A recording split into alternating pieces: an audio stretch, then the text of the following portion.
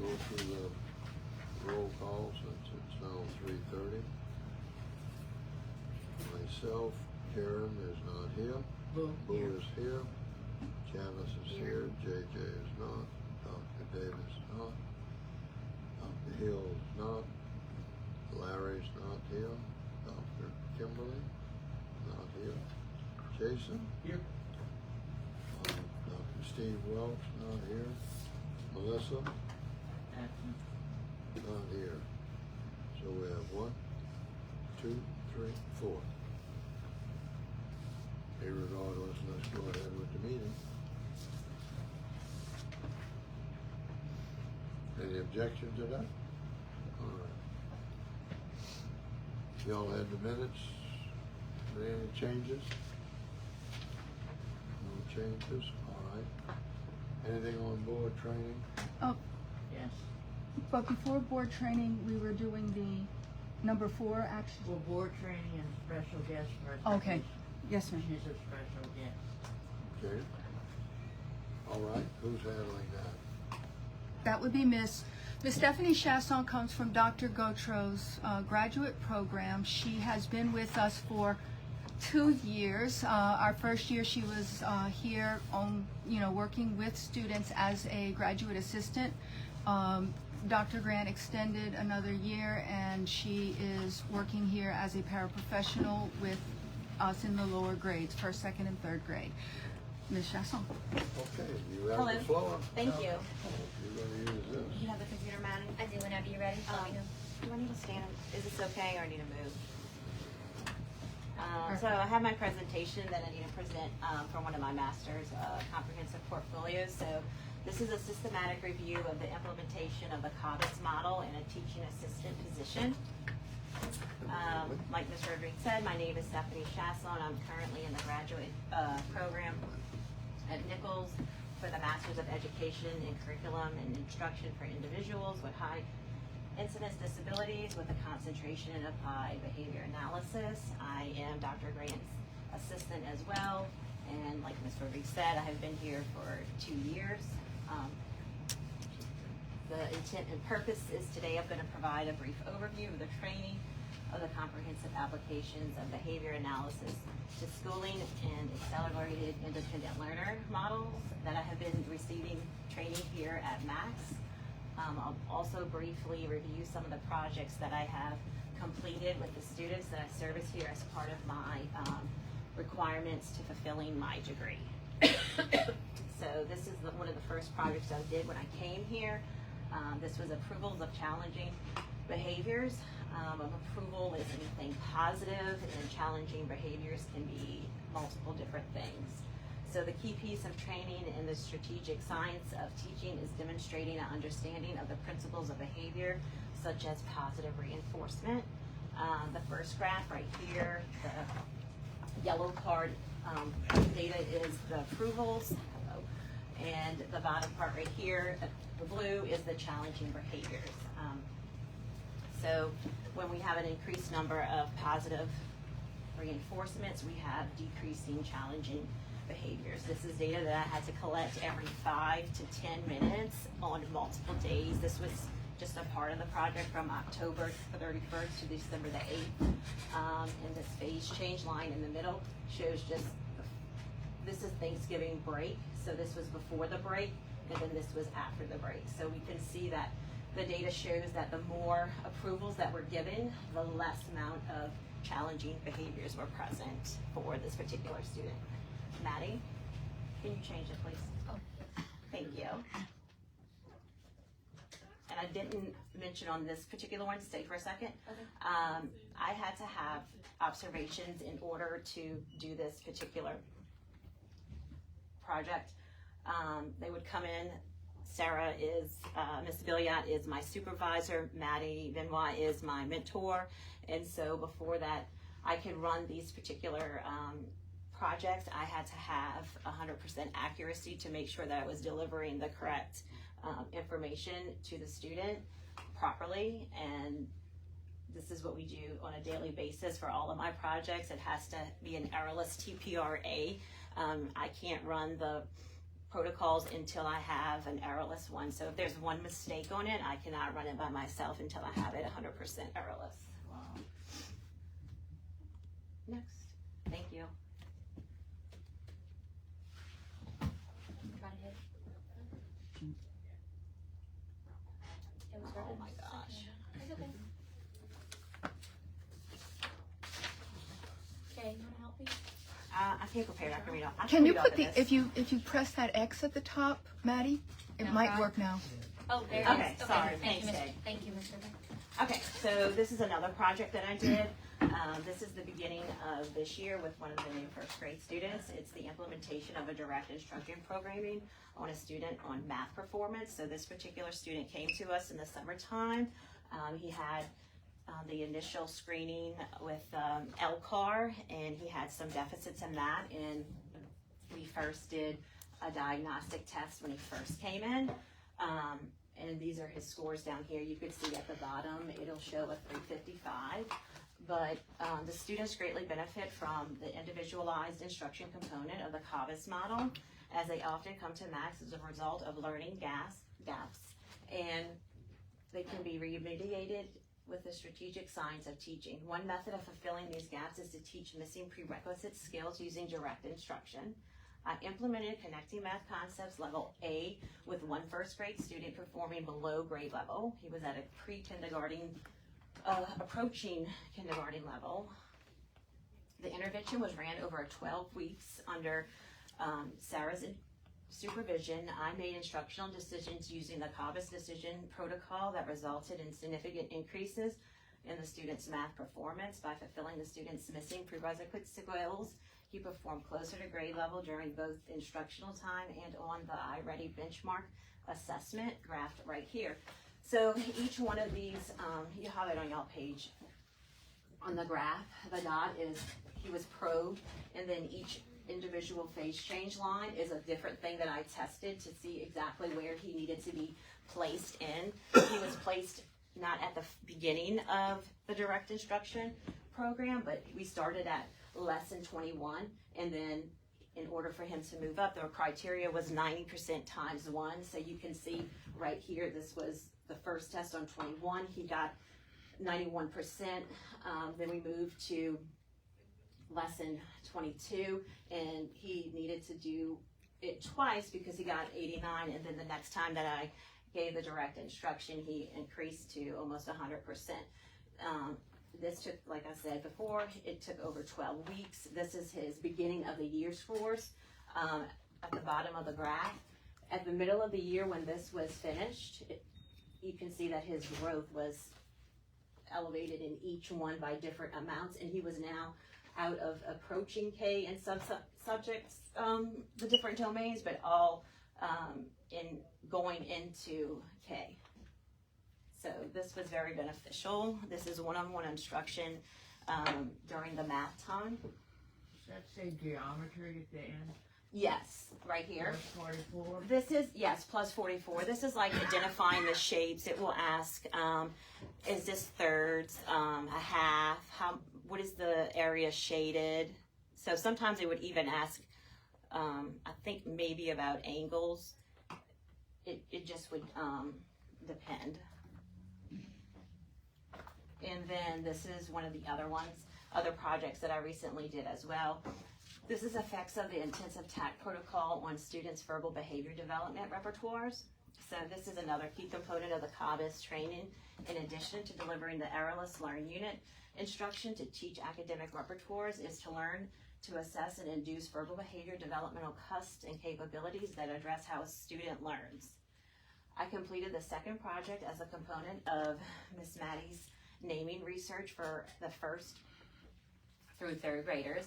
Naming is a high order verbal development cusp that results in students learning incidentally. Once induced, students can reliably demonstrate bidirectional relationship between both listener and speaker behavior.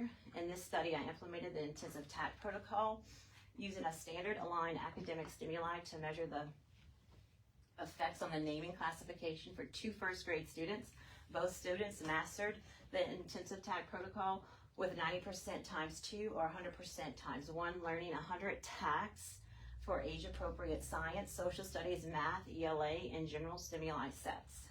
So this particular student at the bottom, he only needed to have the session done 4 times, whereas this student at the top needed to have 7 separate sessions. Both of these students are considered in the higher level in that particular class. Thank you, Maddie. This is the effects again of the intensive TAC protocol. Continued. This is the dependent variable that was the student's incidental bidirectional naming, or the CUSP, responsible for the incidental language acquisition. This result demonstrated that one student increased to incidental unidirectional naming as a listener and one student to incidental bidirectional naming, demonstrating mastery for both listener and speaker behavior. These findings were replicated with 4th stimuli set to test generalization to novel stimuli. This study was educationally significant because it resulted in a decreased learning units to criteria for students' academic targets, demonstrating accelerated learning in the classroom. So in this particular graph, we could see that the different stimuli sets were on different types of naming, the pre-intervention and then the post-intervention data after showed a significant increase on both the listener and speaker at the bottom for both of the students. So professional development. I am currently receiving my mentorship and accruing supervised fieldwork hours from the lower school special education teacher, who is also the board certified behavior analyst, Sarah Billiot, in order to fill the requirements to sit for the BCBA exam. I'm also being mentored by Miss Maddie, the lower school ELA teacher, and the CABIS Teacher 1 in order to obtain a Teacher 1 rank certification. I'm currently working on that right now. After graduation, I plan to begin an alternative certification program through Northwestern State University and find a student teaching position in a CABIS friendly setting in order to become a certified teacher for grades 1st through 5th. Thank y'all for giving me the opportunity to speak with y'all today. I've had the best learning experience being here at Max, and I could have chosen to go other places, and for my 2nd year, I did not want to leave the team, the lower team. I have a great relationship with everybody here. We work together collectively. The CABIS model is something that I'm very passionate about, and I can see that learning is happening from the students, and you know, it's very supportive of the team who has helped me be successful at how I am today. So thank you guys. Thank you. Any questions? Oh, sorry. Why Northwestern? Nichols does not offer the MAT. It's actually going to be my 2nd master's. So I'm just going to do the year of the student teaching, and I think I only need to have about 24 more hours. So it will be less time, but I think they cut the program over there. This is actually my 2nd profession. My 1st profession, I am a registered veterinary technician. I have worked in the veterinary field for about 20 years. I got into this teaching, and especially the applied behavior analysis, because I have a child. My son is 13 years old. He'll be in a couple of weeks. He is nonverbal. He has severe autism, and I wanted to find a better way to help him and to help kids like him, parents, and I'm really passionate about teaching other teachers how we can promote positive behavior all the time, that it is so much easier to go that route than to focus on the negative things. So the higher rates of positive reinforcement, the less challenging behaviors are present. Well, I'm glad I asked the question, although it was kind of a joke, because Nichols, Northwestern was where my granddaughter was going. And I said she was going to the other NSU. I'm sorry. I guess so. Now that I'm thinking about it, I'm like, sometimes I think I'm like, wait, what's the initials? Yes. That's what it was. And can I say too that Yes. MAT, I think Nichols in the past was either had it or was going to. Yeah. For those of you who don't know, in education, graduate school, you usually get an MED, but there's something called a Master of Arts in Teaching, Yes. which is people like me who are English majors who decide to go into education could get something similar to a Master of Arts degree, where you concentrate on the subject itself.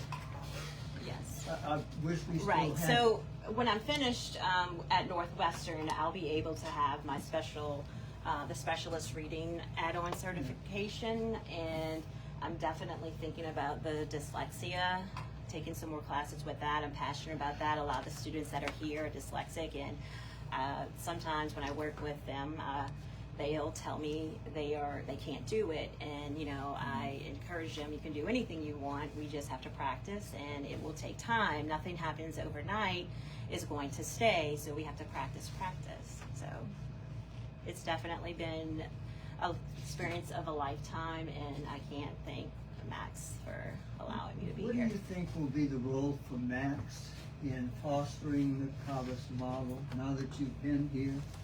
I think it's very important for us to succeed, but how do you picture us in the big realm of CAVAS?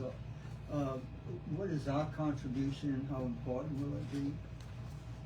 Well, I definitely can speak for the lower team that my colleagues that I work with, they have all gone through the program and have had the same training, and I feel like they are all smarter than me.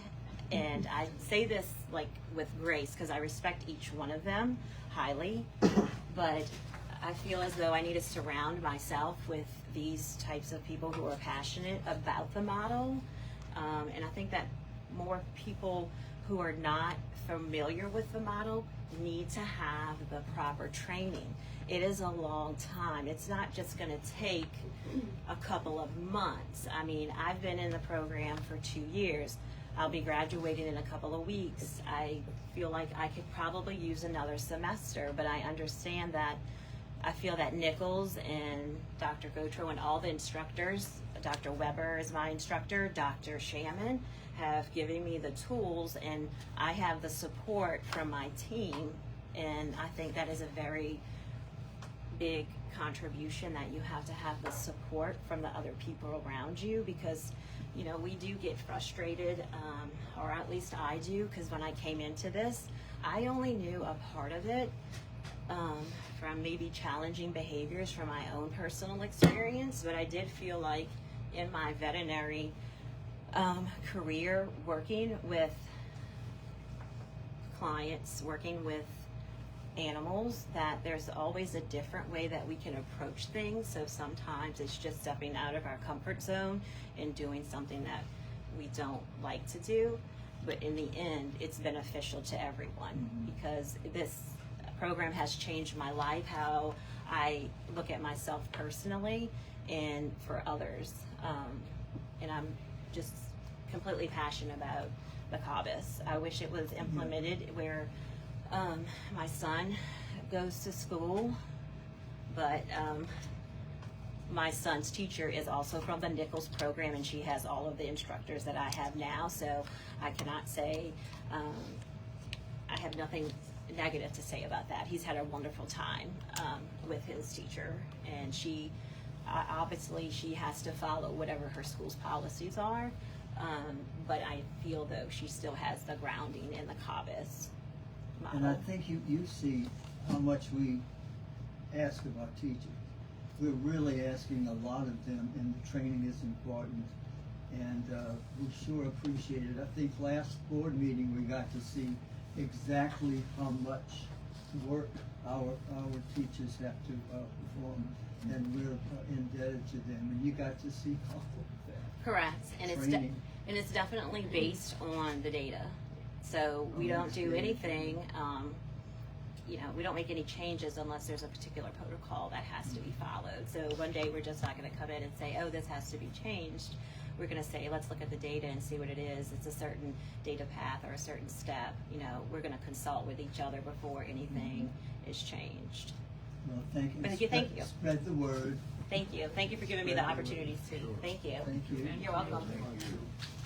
Okay, all right. Thank you.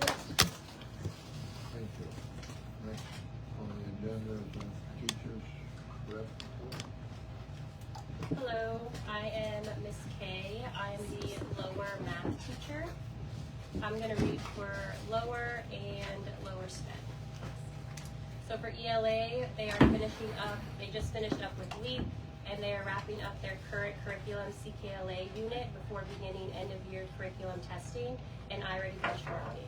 They are heavily focusing on inducing verbal behavior development repertoire such as incidental bidirectional naming, observational learning, and reader and writer immersion. These cuts are pertinent to student success as they result in the students learning in new ways that they have not before, such as learning incidentally and through observation, as well as teaching the function of reading and writing, resulting in increasing in reading comprehension and the structural components of writing. These cuts are being induced as part of Ms. Maddie's ongoing research with the 1st through 3rd students. For math, this is my subject. We just finished up LEAP testing with our 3rd graders. When we return from the break, we will do our end of the year iReady diagnostic. These graphs show the end of the year scores from the 2023-2024 school year, the beginning of this year, and the middle of this year.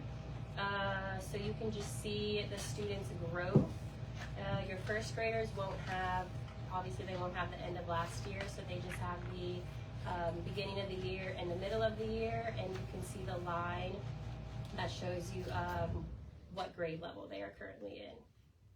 Then there is the 2nd grade. We had some new 2nd graders, so the ones where you see a black bar graph, that is their end of the year. We were very happy to see that we didn't have much deficit over the summer. A lot of them either stayed even, some of them even grew. And then you can see that a lot of our 2nd graders, we've gotten into that 1st grade level, so we are happy to see that they have grown up to just 1 grade level below. And then our 3rd graders, we had a few new, but most of them have the end of the year last year as well. Again, a lot of them either showed growth or they were right there at the same level. We love to see that majority of them are at that 2nd grade. We have one who is well into the 3rd grade, and then we have one student who is right there about to be on grade level. I'll let you go so they can go and look. I'm Miss Milton. I'll be reading for middle, upper, and then middle and upper sped. So for middle math, the 4th and 5th grade maths are in LEAP review mode. They have been working with peer tutoring and whole group tactics to refresh and achieve confidence in as many skills as possible before they begin testing. They just took their final progress monitoring test with EasyCDN on Thursday morning. Ms. Allot was not able to put the graphs in. For ELA, they are finishing their personal narrative units just in time for LEAP. The students have progressed well through the unit. Our next unit will revolve around informational text and research. The theme of the unit is the Middle Ages. They are very excited about it. The unit will begin after LEAP testing concludes. During the LEAP testing, we will focus on novel studies and how to properly take the Maze assessment, which is part of the Acadience diagnostic. Students will be taking Acadience diagnostic and ELA iReady after LEAP has concluded. And then in general today, students who had earned Pizza Hut took a walking field trip to NSU. It must be purchased with points and earned through a behavior contingency. They couldn't get 4 or more marks. We will take a LEAP test once we return from Easter break. Right after that, we will take our end of year diagnostic tests. And then for ELA, they're working on our 3rd unit for all grades. 6th and 8th grade are working on the end of unit essays and will prepare for an end of unit test after the break. 7th grade is finishing up some lessons and will begin their essay after the break. Their test will follow. After we've completed the 3rd Amplify unit, we will work on specific learning unit targeting skills that have not been covered or mastered. These will be the focus for the remainder of the year. And then in math, they are currently working on understanding slope in the 8th grade and will be moving to slope intercept form. In the 7th grade, they are working on 4 operations, including positive and negative numbers. And in 6th grade, they are working on long division with decimals. And then in general, They are now planning big ticket items in Upper, which includes day off, Nichols Day, Chick-fil-A, and a gaming day. All of Upper will go across to Nichols while the 4th and 5th graders are testing. We will work on general skills such as looking at and understanding contracts, hygiene, tying our shoes, and so on. Okay, so for lower sped, they conducted the K-3 literacy screening, DIBELS, and were able to see growth through all of the students. They analyzed 3rd grade growth specifically. Unfortunately, the students did not grow enough to hit the grade level benchmark, but the graphs below clearly show significant growth for 12 out of the 13 students. The graph below shows word counts of 3rd grade passages comparative from beginning of the year to the end of the year. The students are making huge gains. Students 1 through 8, 10, and 12 through 13 are returning students. We receive kids who are already behind and not on grade level. This is one very good representation of the growth that the students have shown on grade level material when properly addressing missing prerequisites. So on the graph, the white bar goes along with that dotted horizontal line. So that is the goal that the state says they should be meeting by the beginning of the year. So obviously our kids aren't there yet. And then the solid horizontal line is where you want them at the end of the year. But for us, we are just super proud that they were able to make that much growth, that all of them hit at least that beginning or middle of the year mark. You can see that some of them had very low white bars at the beginning of the year, and that they were able to go all the way to their middle of the year benchmark right there. Ms. Kay, do you mind if I Yeah, go ahead. So we were talking I'm about not a ELA. we were talking about this beforehand. So like we with the goal is always changing, right? So at the beginning of the year, obviously we wanted them to hit beginning of the year for grade level by the middle. You want them to be at the middle, and by the end, you want them to be at the end. Like I'll use one 3rd grader as an example. She started here last year as a 2nd grader. She was at an emerging K level. She did not have all of her letter sounds. She is now in the end of 3rd grade, and she is on a 3rd grade level. But because it is the end of 3rd grade and she's at the middle of 3rd grade level, for DIBELS, it shows that she's not where she needs to be. When she was at the beginning of 3rd grade, we were already in the middle of the year. So again, it shows red. It shows that she's not where she needs to be, but she started here at the beginning of last year, not knowing her letter sounds, and now she can read at a 3rd grade level and write small paragraphs. So we are demonstrating gains. That's what our graph is showing. It's just with ever evolving targets, the grading system, like in the Acadians, it just shows red, green, and yellow. So it doesn't show the green unless they're at the point of the year for that grade level. It doesn't necessarily show that she grew from an emerging K to a 3rd grade level in less than 2 years. It's just not the grading system is not demonstrating the acuteness of the growth that some of the 3rd graders have shown.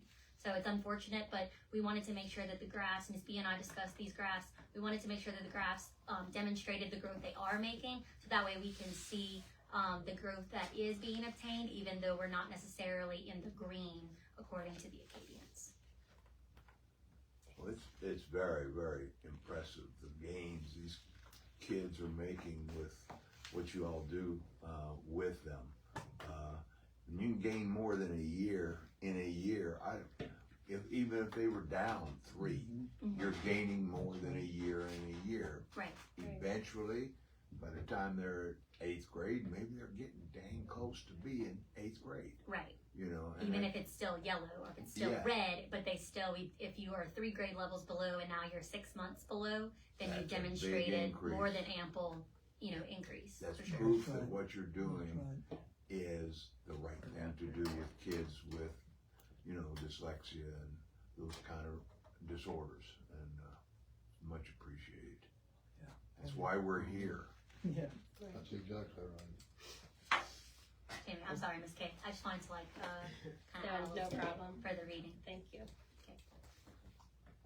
For And you middle, girls signed in when you No. walked in?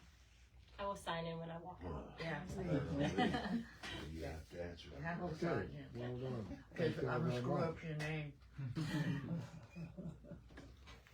All right.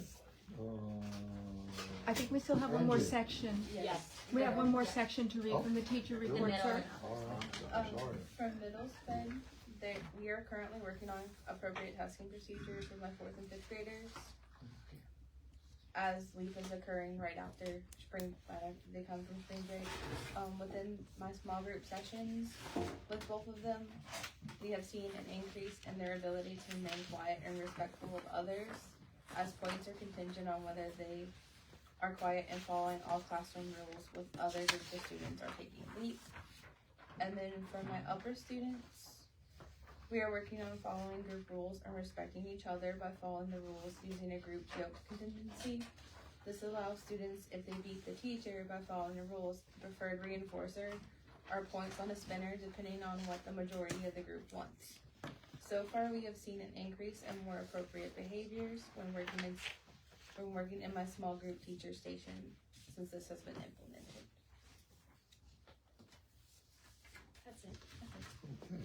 Well, again, thank you all very much. Are there any questions by the board? Okay. Thank you, Amy. All right.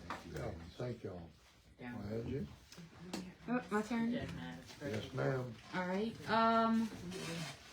Welcome. Thank you guys for coming today. I just like we were just here, right? We were. 3 weeks ago. Right. If you look at if you had a chance to look over the reports, you'll see that our income and expenditures were pretty average in comparison. My March number, my revenue is a little higher because that was the month I recorded the L'Oreal grant, if you guys remember. So we did have a little bit more on the income side, but salaries, benefits, right around the 80% mark as usual. You guys, I had mentioned that quarterly I have to submit this financial report to the LDOEs, and I promised that I'd include it in my report from now on. So the last 3 pages shows you guys where we are year to date with the budget, and pretty much about 3/4 away. Some things might show a little more if I'm kind of close to done collecting those incomes, revenues. And then the only real thing that I would note for salaries, it shows a little less than 75%, but it's because I accrue the salaries for the summer at the end of the year, so that number will jump up. But right on track, pretty much for what we're spending and taking in. And just a few things I've been working on. Same process. The reimbursement requests timely. I'm able to get those recorded fast. Lunch claim. Each quarter, I was able to finish the payroll tax filings last week. 3rd quarter financial report, which is what I just mentioned. And then other than that, continuing to work on the budget prep for next school year. And the super app allocations just came out this week, so now I'll be able to budget the titles and the monies that we get from the federal Title I, Title IV, those types of things. And I think that's really all I have. If you guys have any questions, I'd be happy to answer them. Any questions? All right, thank you. Thank you. I have a finance question. if Go you ahead. don't mind. At the last meeting, and I'm gonna get this on the record, and I mentioned it again, how much we ask of our teachers. And I've been thinking a lot about the future and our connection with Nichols.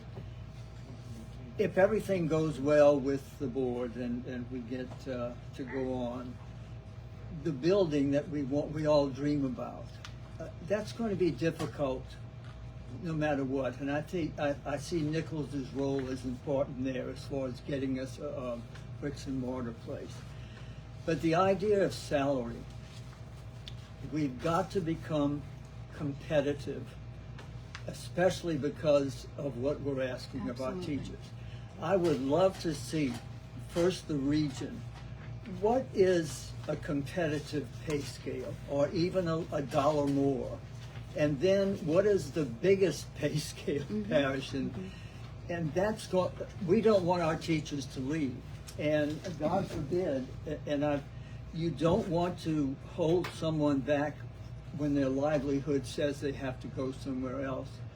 That's a difficult decision for some of them. I think we're going to have to deal with that more than we have to deal with a building. The building is going to be difficult, but getting competitive to keep teachers and seek out the best, I think is going to become a priority. But in the future, if we could somehow see what it takes to be competitive, I'd love to see that. And in the future, God give us a building. We're going to have to make sure we keep our people Yes, sir. and get For sure. competitive. And I've been putting a lot of thought into that. And the other day, listening to a teacher and what they go through with decisions for their livelihoods, and as a dean, to me, the livelihood of an individual was almost more important to me than even the university. I think we have to keep them here, become competitive. I don't know what that'll take. It'll take a lot. It'll take a lot. Because with this last scale raise at the beginning of this school year, I mean, she worked really hard when we codified the pay scale for number of years and for all of the different certifications that could come as they get. And then when she worked on the incentive for that certification, because we have very qualified people that are uncertified, and for the State Department, we need that to happen because that's what they grade us on. They're not grading us how many people have master's degrees. They want to know how many people are considered to be certified teachers, which even though they are the best at what they do. Correct. So she worked really hard at that point to make sure we were not perfectly in step, but we were aligned within the region we are situated. And then suddenly, boop. The alignment knocked back down. Yes. Yeah, we were, it was a large gap. And last year, if you remember, I developed that scale and I tried to narrow it. I cut it by at least 3,000. It still was a gap though. For our certified degreed teacher, that was the main focus, right? But yeah, it's a lot. Our MFP dollars is basically what pays for our salaries, and if our student count remains the way it is, it's not going to be an easy task. It can definitely be something that, a good, I don't want to call it a project, but I mean, I think of it every day. I would love to be able to increase the salaries of our teachers. But, Oh yeah, and I don't know how it'll be done, but I think Nichols in the future, at least with the building, I know how much it cost us to build that culinary building. That was a lot of money. Maybe if we can somehow in the future be blessed with a building, but with Nichols's help, we can invest some money strictly towards getting our pay scale up, instead of investing our money in trying to get how many $8 million to build a building that looks like the culinary center. But anyway, go ahead, Jay. Let me if you look on one of the pages here, there's no number on the page, but on item number 6, and says financial report, and you can look at 82% of your income. 82% of your income. It's right here. Yeah. Oh, yeah. Exactly what you're talking Cost of about. labor. 82% is going to wages and benefits. That's right. Now, the only way you can do what you're saying, which we all would like to do, believe me, Oh yeah. is be top of the line on the pay scale to attract the very best people coming in as teachers. You need more revenue, and you're confined. You can get more you can get more pupil population, you can get more revenue, but as long as your percentage stays in that same category, you have no excess to do what you want. Now, any monies that you go further in the page, and we do have we got a little bit of money in the bank, but that's not very much. Okay.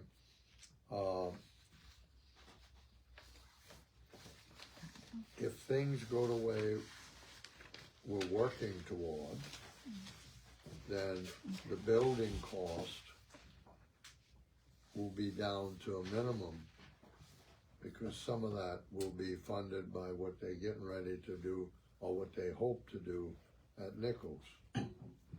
Okay, but here again, that's getting the legislature to appropriate more money to Nichols to do what they have to do. And then hopefully we can get a little bit of that space. So, but yes, I agree with you. Everybody would like to pay a very good, attractive salary, better than everything around you, so that you can get good if everybody can be feeling fairly stable. But right now, you're already up to 82% of your I know, and cost of labor, income. even when I was a manager at Burger Chef, that was, you'd let somebody go and it's the cost of labor.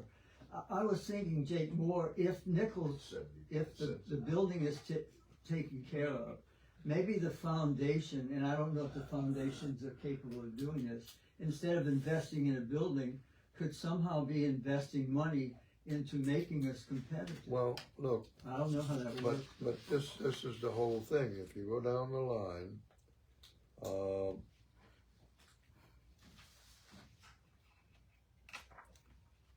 If you look at what page have you? if you look at page 6, it kind of breaks down those CDs and money markets that we have. Yeah, Page 6. yeah. Again, that financial report, Yeah. operating account, but where On do you page have, 6, Mr. Jake, we talk about. where do you have the? I have a little breakdown of the operating Which one? Oh, okay. money market, 90-day CD, and then Yeah. this 90-day CD. Okay, what you have here total is, this is, This is what I use on the daily. Right. That's my operating. and this is $500,000, yeah, this one and this one, that's $500,000. Correct. And you got another one over here for 185, so you got about 685,000. Okay? Now, you could use up some of that money, but the minute you use it up, you're eating into your you're eating into your seed grain. Right. You got nothing to Your plant. return would have to be major to sustain Exactly. it. You got to have some pretty good income here. In other words, because the way to attack this thing is try to get more money from the state per pupil, And then, because you have half the ratio, between us and public schools, students to teachers. This is the most unfair part of the whole thing. If we could get paid double the amount, God, that other half could go to be doing those kind of things, you see? I don't know. Look, it'd be a terrible fight to go to Baton Rouge and try to fight that thing through. Well, it's But a that's formula. They don't. Yeah. It's a formula that they have that allots the per pupil amount of money. And you would have to change the formula. But then that would raise the other Right. systems Yeah. as Right. well. And we're in an area, we're not in the middle of the state. We're down here with St. Charles and St. James and Iberville and Ascension. The higher. We're the top Right. 6 in the Coffers, state. yeah. Yeah, Wow. on the river. No, what you're saying is very well noted, but the And- oh, public, no, we've known that from, I think we're at a stage now where we can even have a discussion about it. Given that everything goes well with the state and what we have ahead of us with them. But somehow, I think in the future, Nichols with the building, and I'm talking about the future, our big task will be that one. there's no question. Yeah. There's no question. Right now, the task is I'm looking at it politically, Yeah. is to get the funds so the reparation over there can be done. Yeah. And then we can move into that, hopefully. That's gotta come. and then somehow or another, it nickels back, and then you go at raising the percentage of what you get for that type of school. Other than that, I don't know how else you do I that. don't, but to ask, for us to solicit more students, well, if we had more students, we could have this much more money. That's difficult. Where are you gonna put them? Even if we had Yeah, the we don't have space, room. even if we had the space here and you could fill, it's still, if we suddenly give you so many more students, you're gonna have trouble. So, Because of the needs of each Yeah. student, we would still need more Oh, yeah. hands on deck You in have order got to you've got do to that. reduce that 82%. Yep. Now you can do it two ways. One way is to bring in more money, and the other one is to cut teachers, and you can't do that. You're right there. So But I'm really I proud of. understand what you know Oh, what yeah. you're saying, but it's Oh, right no, there I- in front of you. Yeah. Oh, no, it is. oh, no, I know that, but I Okay. didn't, but Jay, it's just, It is a problem. it's, what we ask of our teachers is the biggest thing, and that's all I wanted to say. I don't know how it's gonna get done. I Yes, think sir. we'll be in a building before we get that money. I did try to attempt to close the gap, and then it kind And of then- widened again, but It's, we're trying our best, we're Mhm. trying our best, and we're letting them know that we appreciate that extra work. That's for sure. Thank All you, right. Jay. Let's go on. Anything on the grant? You got anything outstanding right now? No, sir. Is there anything we can apply for? Any needs we have uh, beside what he's talking about? I mean, not that I know, not that I'm aware of. I mean, Okay. yeah, L'Oreal came in handy. We were able to do Yeah. a couple of things. A lot of the grants have stipulations that it is for infrastructure Correct. and not Not toward salaries. salaries because they're not guaranteed, and so it would be a position that would suddenly disappear as soon as the funding And that's a disappeared. problem. So there's very few grants out there that would even consider. They don't just say, "Oh, we're giving you this money, put it in a pot," so you can spread it out on salaries or anything like that. That is a Can big we issue. incentivize getting everybody certified? Is there a way? She has. It's She on our put in salary. there. It's working, okay. I mean, Well, it's in No, place. It's in place, okay, All right. okay, Um, thank you. building site, I haven't heard from you, so I presume. We had spoken earlier about that room, Miss Domaine's room that Yeah. had the same flooring. Is the issue still there? Yes, sir. It's still there. All right. He'll get over here and do it Yes, sir. as usual. Yes, He sir. knows what to do, that's for sure. All right. Principal's report. Okay. I do not work as hard as my teachers apparently because I haven't done anything all month but test students and watch DRC. So we could dole out your salary. No, I'm just So that's the end of your and report. so we are leap testing. We have been leap testing for the past 4 weeks. I know. We've been leap testing for the past 4 weeks. We've completed all of 3rd grade, all of 7th and 8th grade, 6th grade finished today. All makeups for those entailed grade levels have been completed as well. We come back to do grades 4 and 5, but I already see that I'm gonna have makeups abundant. Really? Yes. They've already said we're taking our vacation the week after the Easter week. So we will continue to do testing, and then it's really going to pick up the pace. We have a lot of end of year stuff that is coming up. So the Nichols Opera, again, one more plug. The 1st, the 3rd, and the 4th. The PTA meeting, we will have one on May 14th. Miss SJ was very hopeful that she would be getting nominations for the upcoming officers because she will be leaving, so we have to, find someone who would pick up there. Global Wildlife Field Trip will be May 16th. There is also a 7th grade field trip. I think that is the 20th.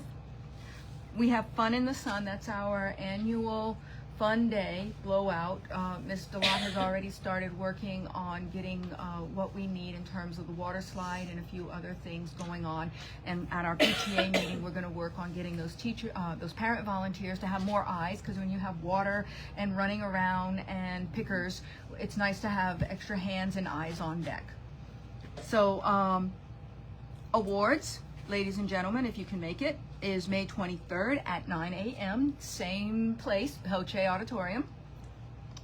Look forward to seeing all of you there. And summer learning, we are planning, we're still working on finalizing it. It's going to be more literacy based and a smaller number than it has been in the past, to focus on some of those numbers that you saw earlier from Miss Billiot's K-3 literacy screener.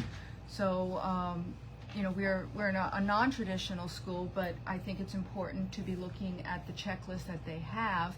We have another DIBELS testing that will go before the end of May, and then the summer school, we're going to be inviting those third graders who are still in that well below.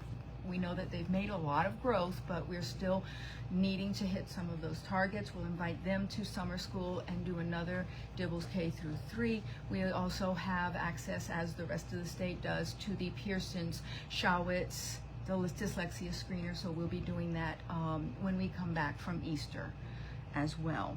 So summer learning would be 3 weeks of 4 days, so about 12 days, primarily focused on that literacy stuff that's going on. So I have been in contact with Dr. G, and it still seems to be a go that the docs would be working with the teachers July 29th through 31st, if the foundation is able to help out with that, to get those teachers to be able to come in. So remunerating.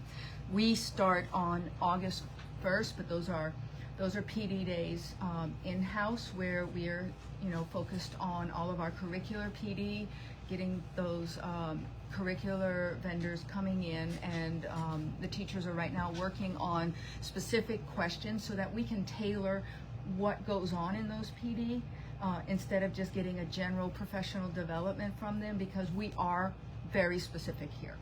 And to date, really only one has actually tailored to the fact that we have students with dyscalculia. So we had Mr. James Charles come in working for iReady to work with us, but I really want to get that tailored and honed in on what we need in this building, as opposed to what generally is needed in school districts. And transportation, still no other applicants. Okay, on that, very well. Any questions? No questions? All right. Thank you. You're very welcome, sir. Anything on PTA? Okay. Only that the next meeting will be May 14th. Anything for new board business? The personnel manual review. Looking at, anybody have time to look at it, or I think it's time to see if we need to update things? I am definitely looking at it, and Okay. there probably are some things, but When you're ready. yeah, it'll be a summer thing Oh, for yeah. sure. Yeah. Nothing from. All right, well, I think are there any questions under the category of announcements, number 9? What's the I offer think about? it's Do you know the offer? self-explanatory. This year, it is not going to be a singular piece as it was last year with La Boheme. It is snippets from Pagliacci and Madame Butterfly, Aida. There is at least one work from Porgy and Bess, and I'm missing something, I'm sure. Yeah, those are great. Gene. All right, the next item would be number Magic 10. Flute, that's the other one. No new updates. Nothing? The committee hasn't been able to meet since the last meeting with the turnaround and different schedules of the members.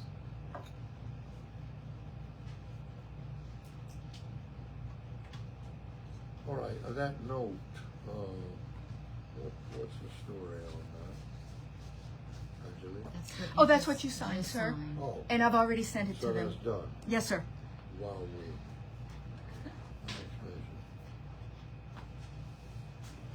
All right, well, is there anything else to come in front of the board? Well, do I hear a motion that we're adjourned? It's been moved and Boo seconds. Since I was here late on that motion. Right. All in favor? Aye. No objection.